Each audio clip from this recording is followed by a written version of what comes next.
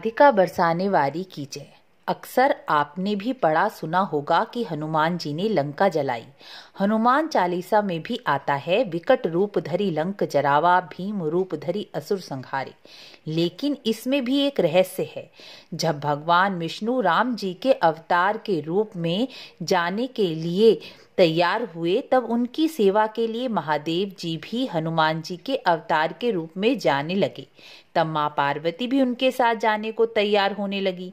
तब महादेव जी ने बोला, देवी मैं हनुमान जी के रूप में बाल ब्रह्मचारी के रूप में प्रकट होऊंगा, तुम मेरे साथ कैसे चलोगी? तब माँ पार्वती बोली, प्रभु जब जब आप अवतार लेते हैं तब मैं पृथ्वी पर आपके साथ ही प्रकट होती हूँ। मैंने भी हमेशा आपके साथ ही अवतार लिया है, लेकिन यदि आप बाल ब्रह्मचारी वानर के रूप में प्रकट होंगे तो मैं आपकी पूंछ के रूप में आपके साथ चलूंगी। यह सुनकर महादेव मुस्कुराने लगे, क्योंकि महादेव जानते थे कि पार्वती अपने दिए गए श्राप के कारण ही मेरे साथ जाने के लिए उत्सुक है।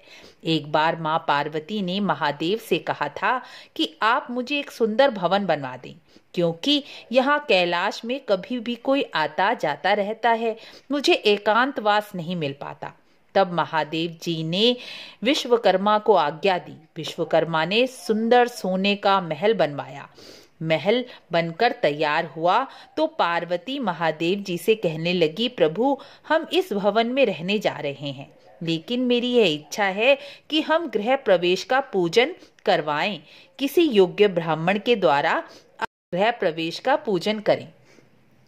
उस समय रावण जैसा विद्वान और योग्य ब्राह्मण पृथ्वी पर कोई नहीं था। रावण महादेव का परम भक्त भी था। महादेव ने गृह पूजन के लिए रावण को बुलाया। जब रावण ने सोने का इतना सुंदर भवन देखा तो वह लोभ में पड़ गया। उसने गृह प्रवेश का पूजन तो कराया, लेकिन जब महादेव ने रावण को पूजन के पश्चात दक्षिणा मांगने के लिए कहा तो रावण ने कहा, प्रभु आप मुझ पर प्रसन्न हैं तो आप मुझे दक्षिणा में यही सोने का भवन दे दें। महादेव तो ठहरे योगी बैरागी, उन्होंने वह सोने का महल रावण को दे दिया। यह भवन सोने की लंका कहलाई।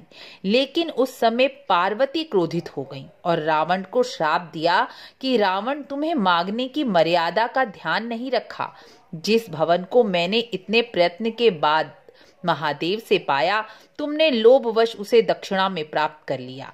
लेकिन इस तरह लिया गया भवन एक दिन मेरे द्वारा ही जलकर राख हो जाएगा और तुम्हारी सारी समृद्धि चली जाएगी। इसी कारण जब महादेव हनुमान जी के रूप में प्रकट हुए और सीता माता की खोज में लंका पहुंचे तो उनकी पूंछ जला दी गई और महादेव ने अपनी पूंछ के द्वारा ही सारी लंका जला दी।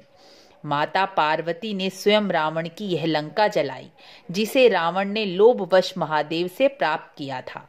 हमारे धर्मशास्त्रों में ऐसे अनेक रहस्य छुपे हैं जिन्हें हम नहीं जानते। क्या आप जानते हैं कि लंका जलने के पीछे यह रहस्य था? आपको वीडियो अच्छी लगी हो तो लाइक शेयर जरूर करें और कमेंट में हर हर महादेव जरूर लिखें। राधे राधे।